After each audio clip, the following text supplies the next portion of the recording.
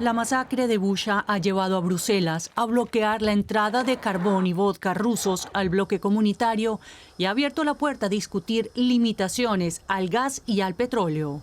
Estas materias primas reportan a Rusia ganancias diarias superiores a los 500 millones de euros.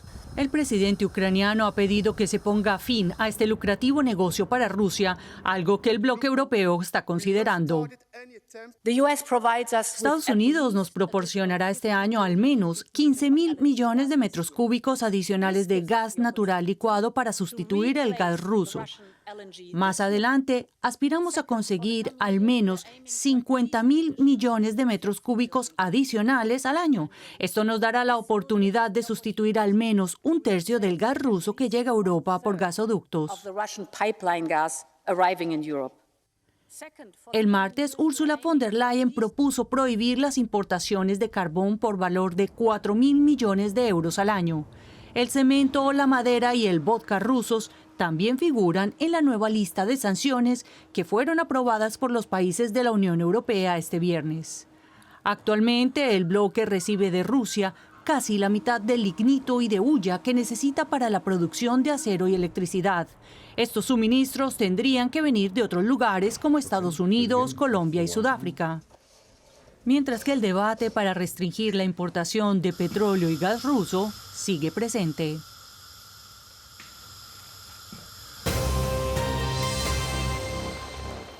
Estas plataformas petroleras se encuentran a pocos kilómetros de la costa brasileña. Aquí la corporación Petrobras y otras compañías internacionales extraen petróleo bajo el lecho marino. La explotación es cara, pero el repentino aumento en los precios del crudo, fruto de la guerra en Ucrania, ha hecho más atractivas estas inversiones. Eventualmente, Brasil podría exportar más petróleo a corto plazo. Pero eso solo puede suceder si esto no provoca una escasez interna, por ejemplo, de gasolina o diésel. En otras palabras, se debe atender primero al mercado interno. Más al sur, en Argentina, está el segundo depósito de gas de esquisto más grande del mundo. En teoría, el fracking podría duplicarse y reemplazar el gas ruso en muchos lugares, pero eso es actualmente imposible porque Argentina no está preparada. El problema hoy es concretamente la infraestructura en tanto en transporte de crudo, de petróleo crudo como de gas natural, está colapsada en la Argentina, no hay más capacidad de transporte disponible para evacuar producción desde la cuenca neuquina, y entonces eso limita concretamente la capacidad de respuesta que puede tener el país para ir a exportar más petróleo, concretamente para ocupar el lugar o una parte del petróleo que se produce en Rusia. A largo plazo es probable que el gas de esquisto argentino desempeñe un papel más importante. Desde enero, los cargueros de carbón no podían hacer escala en puertos internacionales, una situación que vuelve a permitirse. Eso sí, una cuarta parte de la cantidad extraída de carbón debe quedarse en Indonesia a precios fijados por el gobierno, de acuerdo con la política de atender primero las necesidades internas. En cuanto a las exportaciones, las empresas de carbón cosecharán importantes beneficios gracias a la subida de precios en el mercado mundial. Así, en las últimas semanas, tras la invasión rusa a Ucrania, el precio de una tonelada de carbón ha llegado a superar los $400. Pero Indonesia, rica en carbón, también quiere las energías renovables a largo plazo. Indonesia es un país tropical y tenemos muchas fuentes de energía, solar, también energía eólica y marina. Además de esas tecnologías, nosotros esperamos un rápido desarrollo de los sistemas de almacenamiento energético.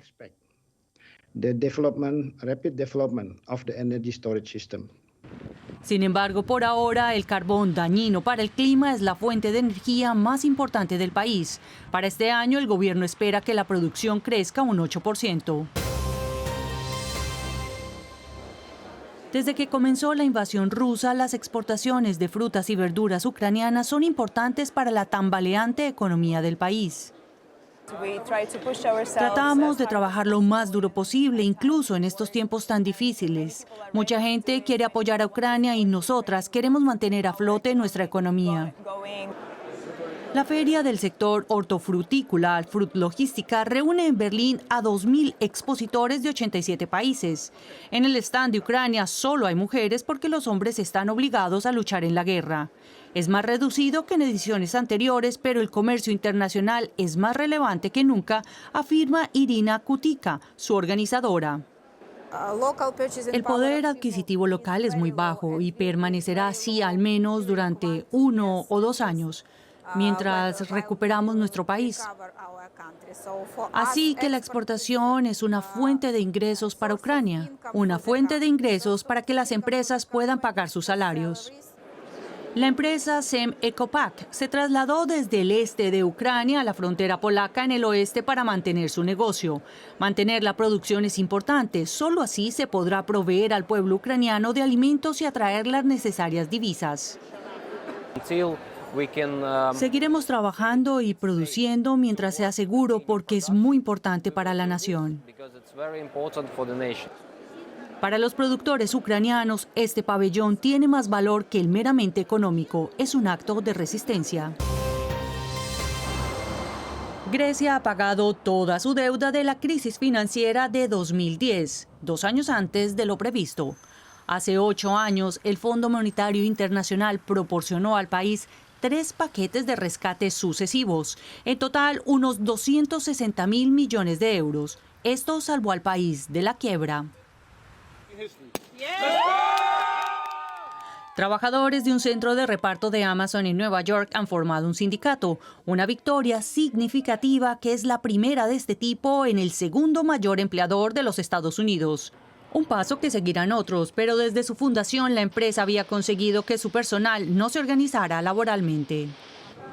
Airbus presentó su sonda JUICE. El nombre es un acrónimo de Jupiter Icy Moon Explorer. La sonda formará parte de una misión de la Agencia Espacial Europea para explorar Júpiter y sus 3 lunas, Ganímedes, Europa y Calisto. El lanzamiento está previsto para abril de 2023.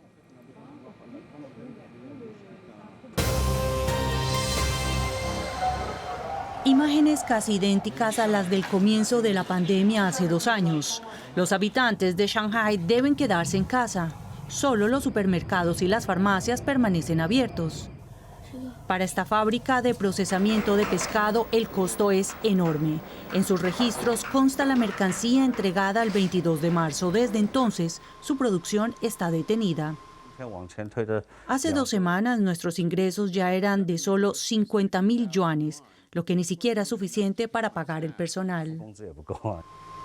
De 50.000 yuanes, unos 7.500 euros, a una facturación que ahora es 0. El Banco Estatal de Exportación e Importación de China le ha concedido un préstamo a bajo interés por 450.000 euros que el director espera que alcance para mantener la empresa a flote. No podía acceder a dinero en efectivo por el confinamiento, así que este préstamo llegó como un salvavidas. Nadie sabe cuánto durará el cierre. Incluso con un número de casos muy bajo, las autoridades chinas obligan a realizar pruebas y permanecer confinadas a ciudades enteras, como es el caso de Shanghái. De acuerdo con los medios estatales, estas medidas podrían reducir a 0 en 2 semanas los nuevos contagios. Es también lo que esperan los propietarios de empresas cerradas que temen por sus negocios. Este es un barco en plena mar con un rastro sospechoso. Muy probablemente una mezcla tóxica de aguas residuales, sustancias químicas y detergentes. Los cargueros producen varias toneladas de estos desechos tóxicos diariamente. Son aguas oleosas de la sala de máquinas que supuestamente deben ser tratadas a bordo y desechadas en tierra. Pero Deutsche Welle, junto con otros medios, descubrieron que muchas tripulaciones no cumplen esta regulación internacional. Con ayuda de una pequeña bomba, la mezcla es a menudo enviada al tanque de aguas hervidas, desde el que se descargan al mar. Pocos marinos se atreven a hablar. Los que lo hacen ponen en riesgo sus empleos y finalmente sus carreras. Se espera que todo el mundo se involucre y participe silenciosamente de ello.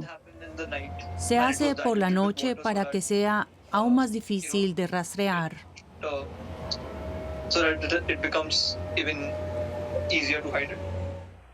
Pero hay otra manera de rastrear el vertido de desechos: satélites. Analizando imágenes, la organización ambientalista SkyTruth identificó más de 1.500 vertidos potencialmente ilegales en todo el mundo a lo largo de 18 meses.